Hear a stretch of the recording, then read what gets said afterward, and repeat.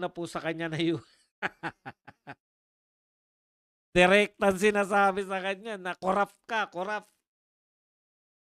Kaya hinihintay po yung moves niya, hindi po ubra na ililigtas mo si Martin.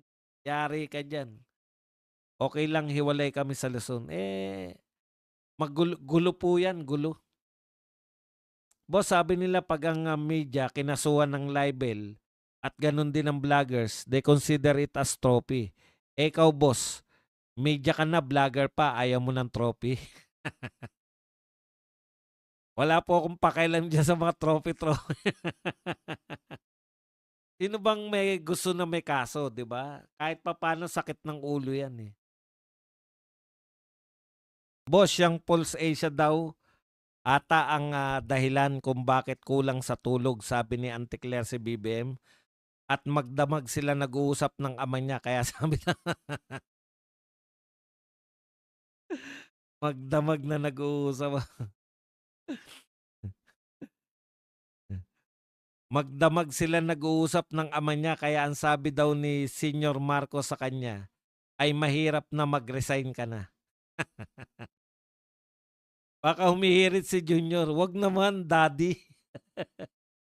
"Dad, wag naman." "Boss Buds," sabi naman ni Floren Carlo,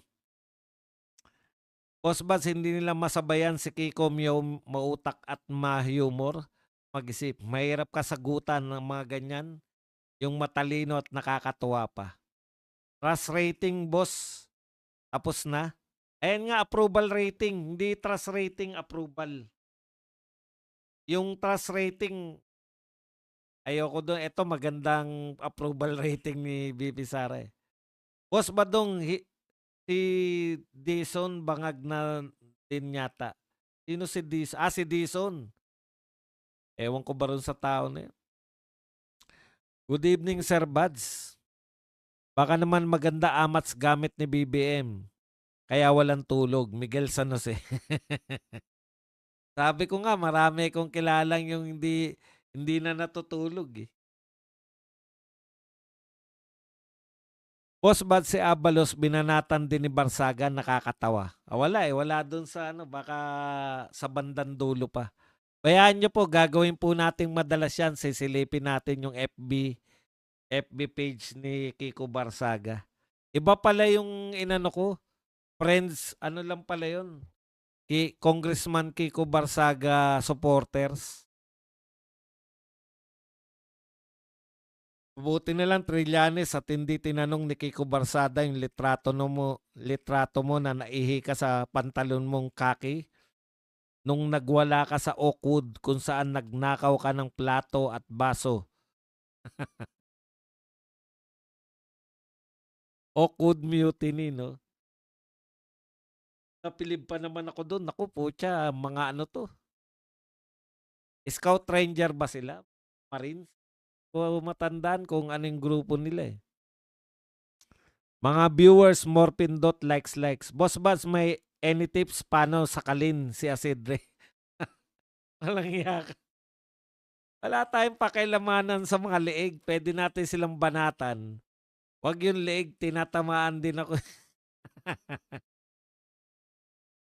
Napunta lang sa BBM admin, nabulok na. Ang tanda na ni Vince Dizon, di ba? Yung itsura niya, ang tanda na, eh. Boss, any tips paano sakalin?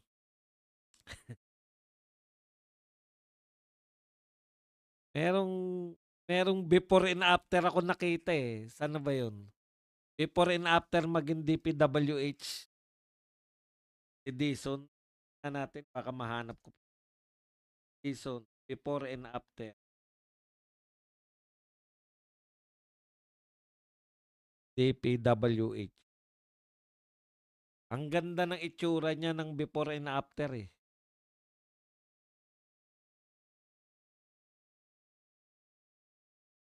Ito,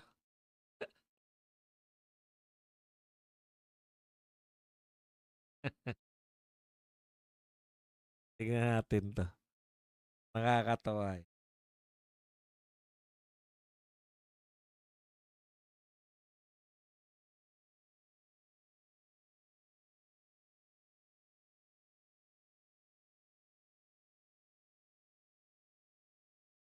Du-du-du-du. Ay, Amik. Thank you very much kay Amik sa 199. Ang galing bata na 'to, Meow, ang bilis ng rebat. Oo nga, eh, 'no, siya po talaga pinakamabilis mag-rebat. Pagka ano, banat agad, eh. Gusto ko lang po ipakita yung before and after nito ni ano,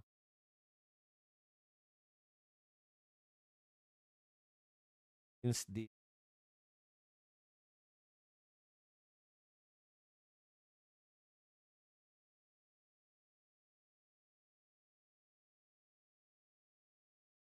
Ayan po.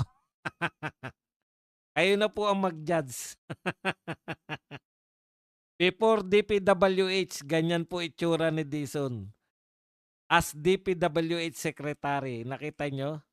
Hindi, no? Ang laki ng diferensya, no? Ayan. Yan po, mga kapatid. Ulot. Oh, ang bilis ko na mag-ano, eh, no? Mabilis na tayo sa mga, nang naka-live tayo. Yan po. Pagmasdan po ninyo ang before and after. Malamang ano lang yan, salamin pareho pa, eh. Di po taon yan. Malamang nung ano lang siya niyan, nung, anong tawag diyan? DOTR lang.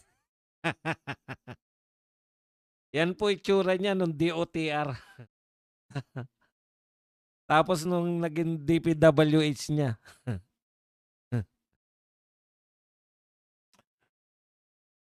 Oo, gawin. Ang galing mo diyan. Pause muna bago matulog.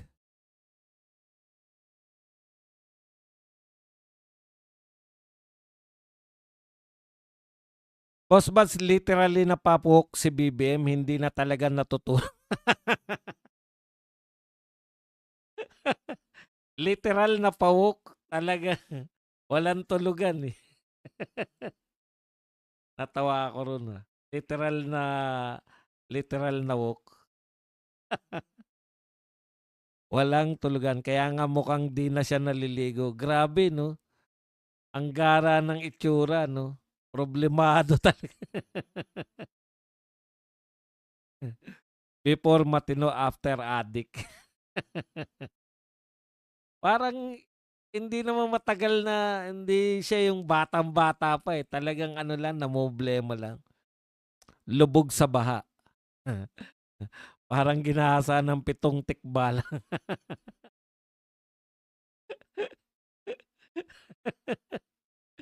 Hindi na maiporma yung mukha, eh. Ano ka, Vince Dizon? Akala mo diyan.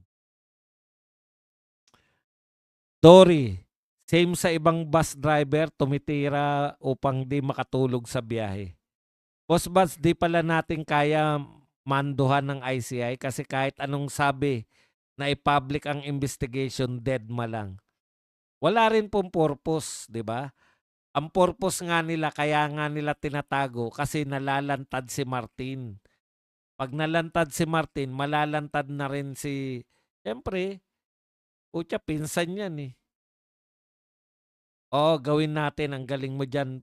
Pause muna bago matulog. Kaya nga mukhang di na siya naliligo. Yeah, babasa.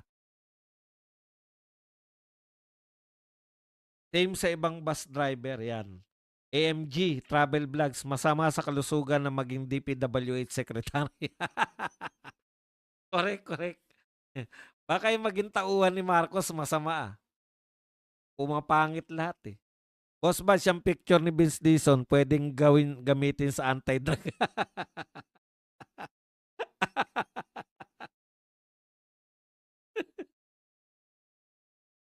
Anti-drug campaign. Ang galing, ah. Before press pa siya, ngayon dugyot na. Henry J. Ang bilis ng karma kay Dizon, sinungaling kasi. ICI is nothing but a runaway jury. Correct. Hindi maamin ni Vince Dizon na matitibay ang structure sa Davao kaya wala masyadong nagibang gusali sa lindol. Correct na correct. Meron pa ngang ano si ano, eh, may komento pa nga na si Barsaga dun sa paghiwalay ng Mindanao, eh, kaso hindi ko sinusuportahan naman yun, wag naman. Sana buo pa rin ang Pilipinas. Luzon, Visayas, Mindanao pa rin. Dapat magpa-rehab si BBM, total ayaw namang bumaba. Magpa-rehab para umayos bansa hanggang 2028. Malabo na yan. Hindi nga nagpapa-hair follicle test eh. Parang ICI is meant to give time to those involved to hide their loot. Correct. Kiko Barsaga, politician, FB niya. Nakafollow din ako po sa kanya, Boss B. Yun nga, yung pinalo ko, yung ano eh, yung Congressman Kiko Barsaga, followers pala yun. Ngayon nakita ko na Kiko Barsaga, walang congressman, no? Ang dami pala nakapost doon na sunod-sunod na ganyan. Sir Buds, baka siya yung papalit kay Kuya Germs. Walang tulugan. Kita mo si Kuya Germs dahil sa hindi pagtulog. Dead meat na. Boss Buds, malabong bumaba si BBM, Boss Buds. Sa panawagan na bumaba na si BBM. Hindi nga bababa. Nagsabi na nga eh. Hanggat hindi niya raw natatapos yung problema ng flood control, hindi na talaga bababa yan. Wala na yung notaryo kay Gutesa na baon na sa limot. Hayop na yan. Wala na nga investigasyon eh. Paano pa magkakaroon? Amik. Pucha, nakarami na si Amik. Sa FB, marami engagement ang posting ng photos. Ganun ba? Wala rin naman akong kinikita dun sa aking ipopost-post ko na lang nga. Sa Pulse Asia rin, 97% of Pinoys, halos lahat po ng Pilipino, naniniwala na yung government, naniniwala po na government corruption is widespread. 97%. Ngayon lang po ako nakakita ng survey na 97% po nagsasabi na halos lahat ng Pilipino naniniwala na malawak ang nakawan sa gobyerno o ang korupsyon sa gobyerno.